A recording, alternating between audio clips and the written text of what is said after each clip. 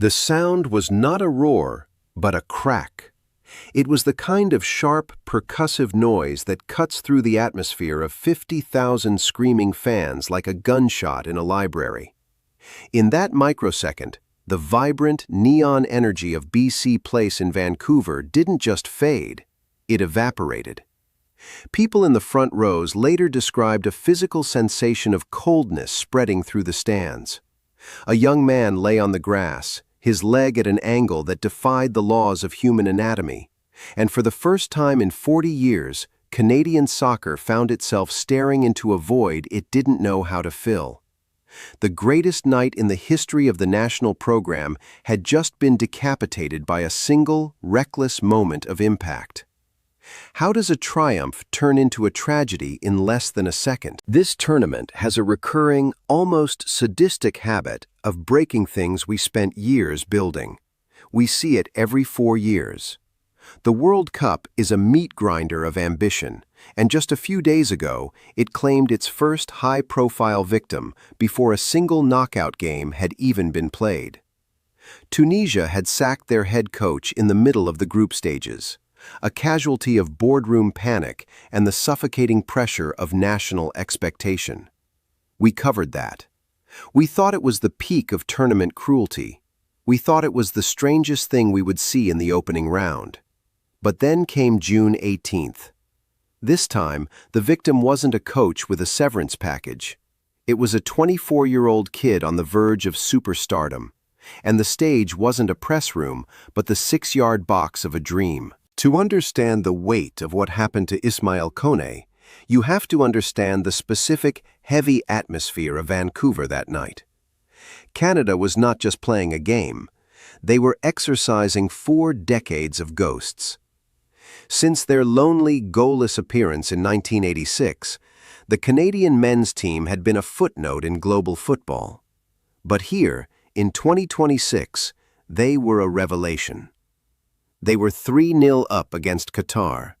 The stadium was a sea of red, vibrating with the kind of noise that usually only exists in the cathedrals of Buenos Aires or Istanbul. Jonathan David was currently authoring a masterpiece on his way to the first hat trick by a host nation player since Jeff Hurst in the 1966 final. The statistics were staggering. Possession was 68% in favor of the Canadians.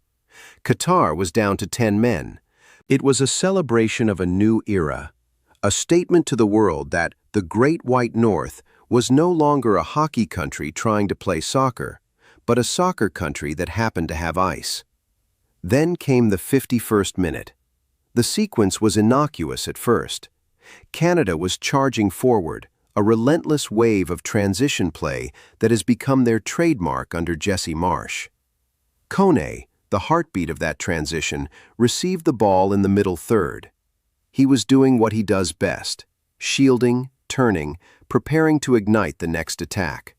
From behind, Qatar's Homam Ahmed, driven perhaps by the frustration of a collapsing scoreline, lunged. It wasn't a tactical foul.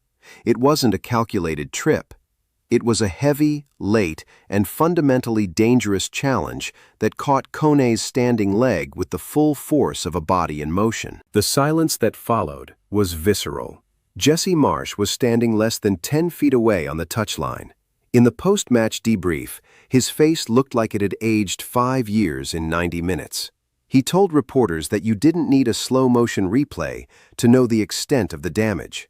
You could hear the bones snap over the noise of the crowd. It is a sound that haunts players for the rest of their lives. Kone looked down at his own leg, and the cameras caught a moment of pure, crystalline shock. There was no screaming initially. There was just the sight of a young athlete realizing that his world had just fundamentally shifted its axis. An assistant coach was seen screaming at the fourth official, his face contorted in a mix of rage and grief, but the stadium itself had gone mute. The loudest venue in North America had become a tomb. What followed is the part that reveals the soul of a team. In football, we often talk about brotherhood as a marketing cliché used to sell jerseys. In Vancouver, it was a lived reality. Kone's teammates didn't just call for the physios, They surrounded him in a protective phalanx. There was a genuine, jagged anger in the air. A scuffle broke out near the benches as the Canadian players reacted to the nature of the challenge. Ahmed, the man responsible, stood with his hands on his head, the realization of what he had done finally sinking in. But in the center of the storm, lying on a stretcher with an oxygen mask strapped to his face, Ismail Kone did something that will be talked about for as long as soccer is played in Canada. He raised his hand.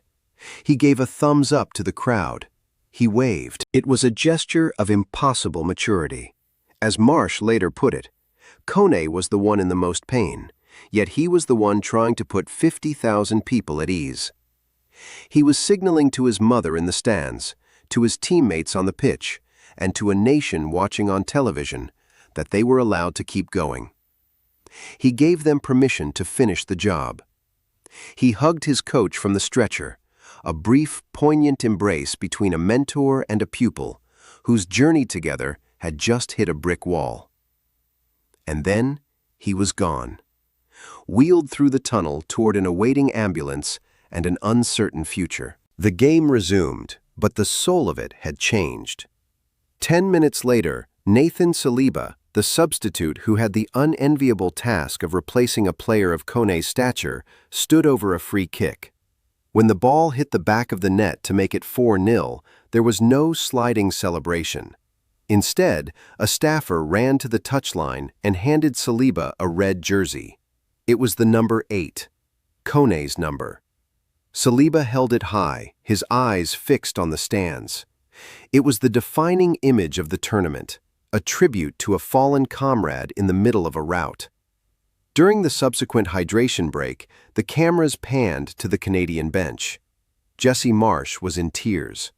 This wasn't professional detachment. This was a man watching a kid he loved lose the biggest moment of his life. The presence of Maxime Crépeau on the pitch added a layer of cruel irony to the scene. Crépeau, the Canadian goalkeeper, had suffered a similarly horrific leg break in the final minutes of the 2022 MLS Cup final, an injury that cost him his place in the Qatar World Cup squad 4 years prior. He knew exactly what Kone was feeling. He was seen moving from player to player, whispering to them, steadying them. He told them, "You're not alone, but we have a job to finish for him."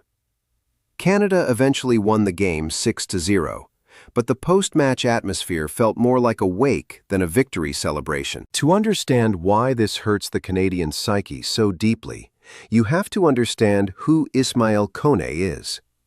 He isn't just a talented midfielder, he is the embodiment of the modern Canadian story. Born in Abidjan, Ivory Coast, he moved to Montreal at the age of 7 to join his mother. He grew up in the hyper-competitive, often overlooked Quebec soccer scene, honing his skills on the public pitches of Montreal. He didn't go through a massive European academy at age 10.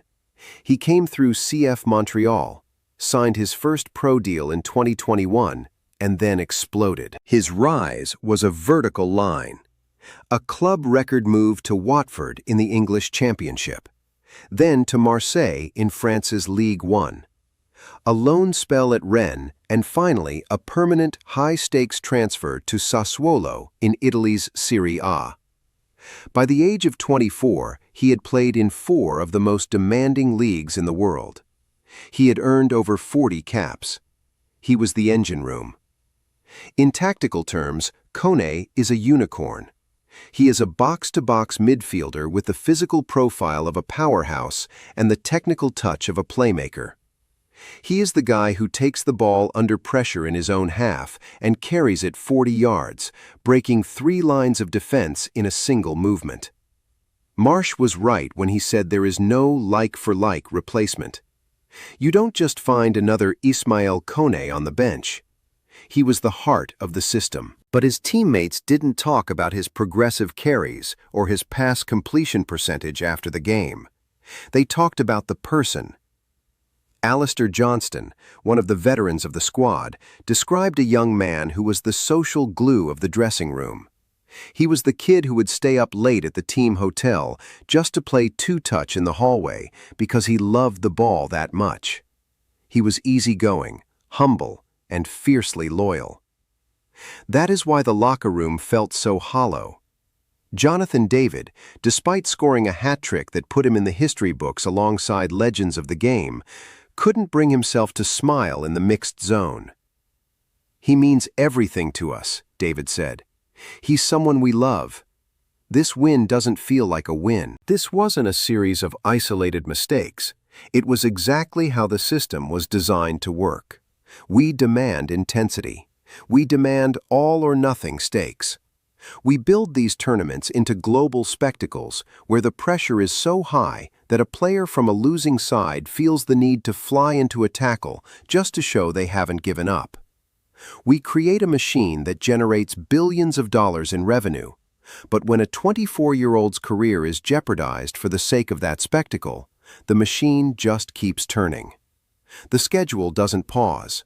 The next game kicks off in 48 hours. The individual is a commodity, easily replaced in the spreadsheet, even if he is irreplaceable in the hearts of his teammates. There was a small moment of grace in the aftermath. Homam Ahmed, the Qatari player, did not hide in the team bus. He walked into the Canadian dressing room before they left for the hospital. He apologized. He was reportedly distraught. Both managers, Marsh and Qatar's Tintin Marquez, agreed in the press conference that it was a tragic accident rather than a malicious assault. Marsh, to his credit, did not call for Ahmed's head. What he did find inexcusable, however, was the reaction from the Qatar bench during the match. Several staff members had protested the red card, arguing it was a firm but fair challenge. That is where the tension boiled over. How can you look at a man with a snapped limb and argue about the color of a card? It pointed to a fundamental disconnect in how we view the safety of the players versus the outcome of the game. Marsh ended his press conference early. He didn't want to talk about tactics or the upcoming knockout rounds. He went straight to the hospital to be with Kone and his family. As the surgery was being prepared, the reality of the situation began to settle. Kone's World Cup is over. The journey that began in the streets of Abidjan and moved through the parks of Montreal to the grandest stages in Europe has reached a temporary, painful terminus. Canada will likely advance. They will play in the round of 16 and perhaps beyond. They will have the support of a nation that has finally fallen in love with the beautiful game. But they will do it without their engine. The quiet question that lingers over Vancouver tonight isn't about who will start in Kone's place. It isn't about whether Canada can beat their next opponent without him. The question is about the cost of our entertainment. We watch these games for the drama, the goals, and the warrior spirit, but we rarely reckon with the fact that for the players, there is no game over screen they can just restart. A broken leg for a midfielder who relies on explosive power and lateral movement isn't just a medical recovery. It's a psychological mountain. Will he be the same player? Will he still have that half-second of bravery to put his foot in where it hurts? Alistair Johnston said it best when he noted that the team now has another reason to play. They aren't just playing for a trophy or a country anymore. They are playing for the guy in the hospital bed who gave them a thumbs up while his career was flashing before his eyes. The World Cup took another victim this week. It wasn't a sacked coach or a disgraced executive. It was a kid who just wanted to play. A kid who, in his moment of maximum agony, cared more about the fans' feelings than his own. As the lights went out at BC Place, and the cleanup crews began the long process of clearing the confetti from the stands, the silence returned. It was a different kind of silence this time, not the shock of the injury, but the quiet reflection of a city that realized its greatest sporting triumph had come at a heavy price. Ismail Kone will watch the rest of this tournament from a hospital room or a rehabilitation center. He will see his face on banners and hear his name chanted in the 8th minute of every match. He will know he is loved. But the cruelty of the sport remains. The tournament moves on. The bracket fills up. The highlights will show the 6 goals, the hat trick, and the celebrations. But the real story of Canada's World Cup will always be the sound of that 51st minute. We often forget that under the jerseys and the national emblems, these are just young men. They are vulnerable, they are fragile, and they are giving everything they have for a game that doesn't always love them back. Get well soon, Ismail. The road back is long and it is steep, but you won't walk it alone. You gave a country a reason to believe, and in return, they will give you the strength to return. Football is never just a tournament. It is a mirror. And tonight, that mirror showed us both the best and the worst of what this game can be. The stadium is empty now. The echoes of the 6-0 win have faded into the Vancouver mist.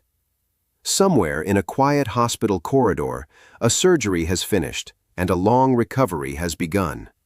We talk about the glory of the World Cup, but we rarely talk about the silence it leaves behind. Was the victory worth the sacrifice?